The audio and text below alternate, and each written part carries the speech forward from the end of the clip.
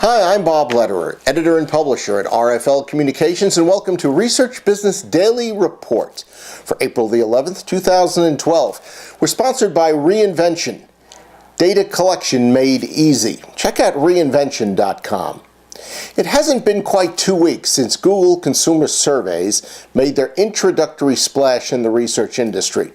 But one of our viewers, Kelly Styring, the principal of Inside Farm, just couldn't wait to give it a test run.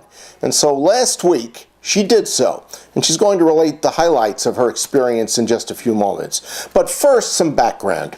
Kelly didn't have any pressing questions to ask, but she was willing to plunk down some very good money that she could have spent on some really nice shoes.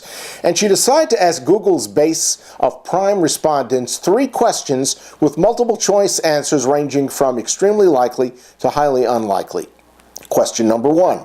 How likely are you to answer a survey question to get free premium content like articles and videos? Question number 2. How likely are you to give thoughtful, accurate answers to get premium content? Question number 3. How do you feel about answering a survey question to access premium content like news articles and videos? We talked to Kelly yesterday. Okay. So, Kelly, why'd you decide to even do a survey on Google Consumer Surveys?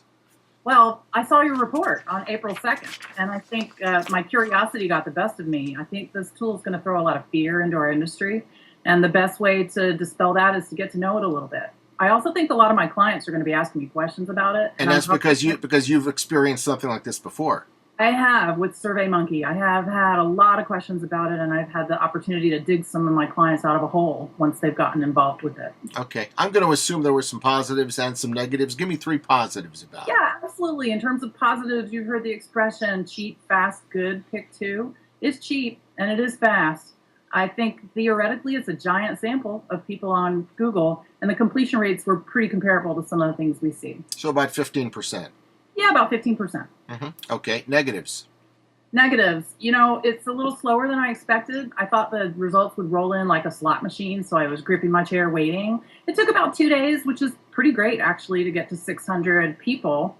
I don't really feel very confident about sample right now. I think it does skew a little bit young. It skews a little bit tighter to the median income, so it's not representing older income groups. And quite frankly, it doesn't allow me to ask a proper question. I only have 100 characters to write a question and 30 characters to write each response, and it's not enough. You can't really write a complete question that's quite that short. There's 50 years of science behind how to write a proper question, and this did not allow me to write proper questions. Okay, real quick, dashboard, thumbs up or thumbs down?